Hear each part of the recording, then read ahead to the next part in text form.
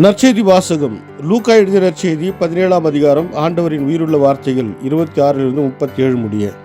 நோவாவின் காலத்தில் நடந்தது போலவே மானிட மகனுடைய காலத்திலும் நடக்கும். நோவா பேழைக்குள் சென்ற நாள் வரை எல்லாரும் திருமணம் செய்து கொண்டும் உண்டும் குடித்தும் வந்தார்கள்.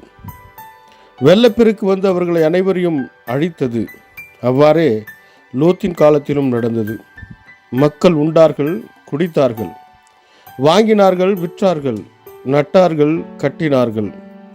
லோத்து சோதமை விட்டு போன நாளின் விண்ணிலிருந்து பெய்த தீயும் கந்தகமும் எல்லாரையும் அழித்தன. மானிட மகன் வெளிப்படும் நாளிலும் அப்படியே நடக்கும். அந்நாளில் வீட்டின் மேல் தளத்தில் இருப்பவர் வீட்டில் உள்ள தம் பொருட்களை எடுக்க கீழே இறங்க வேண்டாம். அதுபோலவே வயலில் இருப்பவர் திரும்பி வர வேண்டாம். லோத்தின் மனைவியை நினைத்து கொள்ளுங்கள். தம் உயிரை காக்க வழி தேடுவோர் அதை இழந்து விடுவர், தம் உயிரை இழப்போரே அதை காத்து கொள்வர். நான் உங்களுக்கு சொல்லுகிறேன், இந்த இரவில் ஒரே கட்டிலில் இருவர் படுத்திருப்பர். ஒருவர் எடுத்துக்கொள்ளப்படுவார், மற்றவர் விட்டுவிடப்படுவார். இருவர் சேர்ந்து மாவரைத்து கொண்டிருப்பர். ஒருவர் எடுத்துக்கொள்ளப்படுவார், மற்றவர் விட்டுவிடப்படுவார்.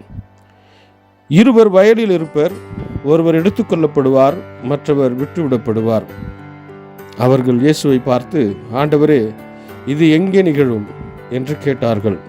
அவர் அவர்களிடம், பிணம் எங்கே இருக்கிறதோ அங்கேயே கழுகுகளும் வந்து கூடும் என்றார்.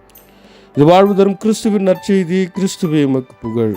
ಲೂಕಾ ಅಧ್ಯಾಯ 17 ವಚನ 26ರಿಂದ 37ರವರೆಗೆ. ಮನುಷ್ಯಕುಮಾರನು ತಿರುಗಿ ಬರುವ ದಿವಸಗಳಲ್ಲಿ ಈ ಲೋಕದ ಸ್ಥಿತಿಯು ನೋಹನ ಕಾಲದ ಸ್ಥಿತಿಯಂತೆಯೇ ಇರುವುದು.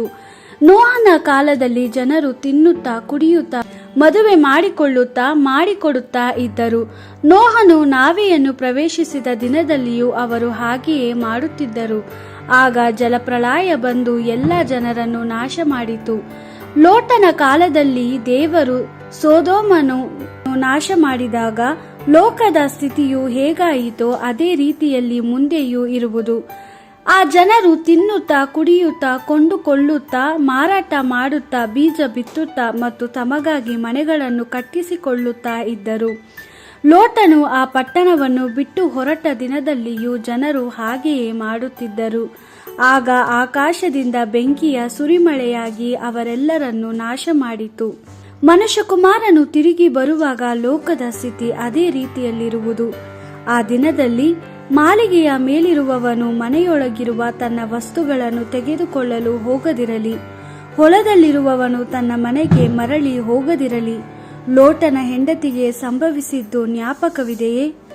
ತನ್ನ ಪ್ರಾಣವನ್ನು ಉಳಿಸಿಕೊಳ್ಳಲು ಪ್ರಯತ್ನಿಸುವವನು ಅದನ್ನು ಕಳೆದುಕೊಳ್ಳುವನು, ಆದರೆ ತನ್ನ ಪ್ರಾಣವನ್ನು ಕೊಡುವವನು ಅದನ್ನು ಉಳಿಸಿಕೊಳ್ಳುವನು.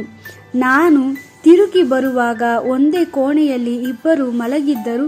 ಅವರಲ್ಲಿ ಒಬ್ಬನು ತೆಗೆದುಕೊಳ್ಳಲಾಗುವುದು, ಮತ್ತೊಬ್ಬನನ್ನು ಬಿಡಲಾಗುವುದು. ಇಬ್ಬರು ಸ್ತ್ರೀಯರು ಒಟ್ಟಿಗೆ ಕೆಲಸ ಮಾಡುತ್ತಿದ್ದರು. ಅವರಲ್ಲಿ ಒಬ್ಬಳನ್ನು ತೆಗೆದುಕೊಳ್ಳಲಾಗುವುದು, ಇನ್ನೊಬ್ಬಳನ್ನು ಬಿಡಲಾಗುವುದು. ಶಿಷ್ಯರು ಯೇಸುವಿಗೆ, ಪ್ರಭುವೇ, ಇದೆಲ್ಲ ಎಲ್ಲಿ ಸಂಭವಿಸುವುದು ಎಂದು ಕೇಳಿದರು. ಯೇಸು ಅವರಿಗೆ, ಹದ್ದುಗಳು ಎಲ್ಲಿ ಕೂಡಿ ಬಂದಿರುತ್ತವೆಯೋ ಅಲ್ಲಿ ಹೆಣ ಇದ್ದೇ ಇರುತ್ತದೆ ಎಂದು ಜನರು ತಿಳಿದುಕೊಳ್ಳುತ್ತಾರೆ ಎಂದು ಉತ್ತರಿಸಿದನು. ದೇವರ ವಾಕ್ಯವಿದು. ದೇವರಿಗೆ ಕೃತಜ್ಞತೆ ಸಲ್ಲಲಿ. Gospel according to Luke chapter 17 verse 26 to 37. As it was in the days of Noah, so will it be on the day of the Son of Man comes. Then people ate and drank, they took husbands and wives, but on the day Noah entered the ark, the flood came and destroyed them all. It will be the same as it was in the days of Lot. People ate and drank, they bought and sold, planted and built. But on the day Lot left Sodom, God made fire and sulfur rain down from heaven, which destroyed them all. So will it be on the day of the Son of Man is revealed. On that day, if you are on the rooftop, do not go down into the house to get your belongings, and if you happen to be in the field, do not turn back. Remember Lot's wife. Whoever tries to save his life will lose it, but whoever risks losing his life will save it. I tell you, though two men are sharing the same bed, it may be that one will be taken and the other left. Though two women are grinding corn together, one may be taken and the other left. Then they asked Jesus, "Where will this take place, Lord?" And he answered, "Where there is a dead body, there the vultures will gather." The Gospel of the Lord. Praise to you, Lord Jesus Christ.